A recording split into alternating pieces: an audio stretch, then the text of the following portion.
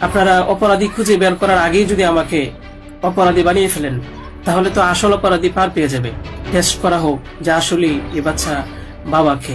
নেত্রকোনার মদনে ১১ বছর বয়সী শিশু ধর্ষণের ঘটনায় জন্ম নেওয়া নবজাতকের বাবা হিসেবে মামলার অভিযুক্ত মাদ্রাসা শিক্ষক আমানুল্লাহ মাহমুদী সাগরী শনাক্ত হয়েছেন। আদালতের নির্দেশে সিআইডির করা ডিএনএ পরীক্ষার প্রতিবেদনে বিষয়টি নিশ্চিত হওয়া গিয়েছে। সোমবার ২৪ আগস্ট আদালতে এই ডিএনএ প্রতিবেদন উপস্থাপনের পর বিষয়টি নিশ্চিত করেন নারী ও শিশু নির্যাতন দমন ট্রাইব্যুনালের পাবলিক প্রসিকিউটর অ্যাডভোকেট নুরুল কবির রুবেল। তিনি বলেন, প্রতিবেদনে অভিযুক্ত মাদ্রাসা শিক্ষকই নবজাতকের বাবা হিসেবে প্রমাণিত হয়েছেন এবং আশা করা যাচ্ছে আগামী ৬০ দিনের মধ্যে মামলাটির বিচার কাজ সম্পন্ন হবে।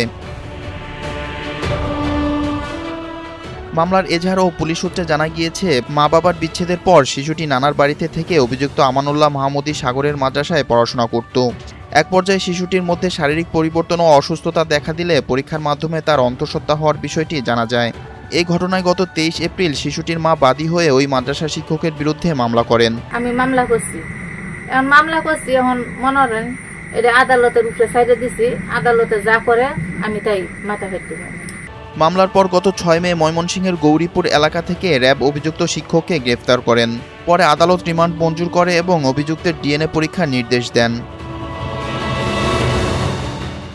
অন্যদিকে আদালতের সুরক্ষামূলক নির্দেশে শিশুটিকে সিলেটের একটি সেফ হোমে রাখা হয়েছিল।